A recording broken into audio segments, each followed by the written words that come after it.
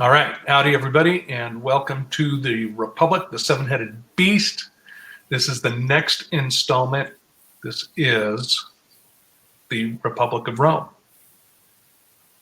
And Ashley will be our narrator today. Hi, Ashley. Hello. Okay, so let's jump right into this. Make sure we have everything correct. All right. Take it away. The Republic, the Seven-Headed Beast, the Republic of Rome. Part 2 of the series, The Republic. In Part 1, we took a look at the origin of the idea behind a republic, finding it in the imagination of the philosopher Plato, ascribing the idea to a fictional meeting between Socrates and his friends. We also looked generally at the tiered or caste system for which the idea advocates. Philosophers and artisans at the top, followed by military enforcers, then craftsmen, manufacturers, with everyone else bringing up the rear in the caste of justice. The examination also included a brief historical reference to republics being tried out by a few Greek city-states. However, that is where the ideal of a pure republic faltered and failed. Heading westward onto the Italian peninsula, and a couple of centuries into the future, we see a confederation of principalities and regions revolt against the kingdom of ancient Rome, throwing off the last of 7 kings and establishing the Republic of Rome. In throwing off the monarchy, other tensions and rivalries arose. This led to a series of smaller wars and battles upon the Italian peninsula. In the process of time, over a few decades, battles were won, cities and states were united, various tribes came together in peace, and worked to establish agreements for co-governance. While the exact date isn't certain, most historians have settled upon 509 BC as the year the Republic was founded. This entity survived up until the establishment of the Roman Empire in 27 BC, when Julius Caesar was declared dictator for life. Perhaps the most interesting, though, are the institutions that were developed and laws that were adopted in order to found the fledgling nation. Let's take a closer look at these. In replacing the seat of the king, Rome installed 2 consuls. These were essentially generals over portions of the military. During time of military emergency, Rome would elect a dictator. This person would hold office for 6 months, after which another election for dictator would take place, or the position would expire, returning back to rule by 2 consuls. In either state of affairs, the next portion of government was the Senate. The Senate served as a sort of advisory council for the consuls or dictator. This body of politicians served as advisors to both the consuls or dictator and to the Roman people themselves.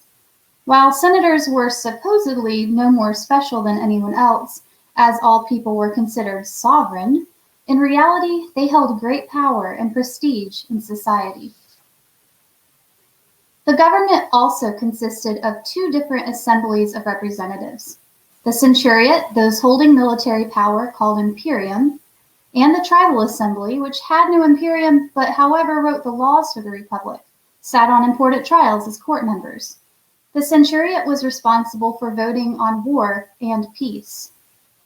Along with the establishment of these 2 assemblies in about 450 BC, the Republic also adopted a series of supreme written laws called the Law of 12 Tables. This number is important and we will revisit it. These laws covered such things as debt foreclosure, property rights, paternal rights, and so forth. Interestingly, history notes that the Law of 12 Tables was adopted at the insistence of the plebeian class, the everyone else class, in order to acknowledge their rights under the rule of the patrician class, or the power families.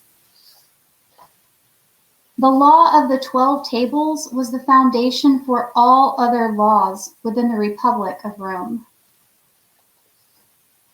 It is under these laws that we see the rights of Romans spelled out, a new caste system established that is quite different from the original idea. The structure of the Republic is as follows. You have the patricians at the top and the plebeians at the bottom. The patricians are those who are landholding upper class. The plebeians are the farmers, merchants, artisans, traders. Then you have the Senate, that is the governing body, the consuls, that are the two patricians, and finally the dictator, assigned to be in charge in the event of a war for 6 months. Over the next few centuries, the Republic expanded their territory.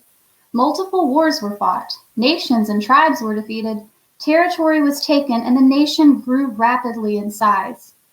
As with any nation seeking to expand influence abroad, this led to neglect of affairs on the home front. Civil strifes arose. Internal wars were fought over such things as standards of living for plebeians and work guarantees versus the slavery which drove the economy as a whole. A pattern was established. Fight wars abroad, civil strife and wars at home. Yet the Republic of Rome continued onward until finally the internal turmoil, coupled with the pressure of holding conquered territory, resulted in the crumbling of the Republic of Rome and the rise of the Roman Empire.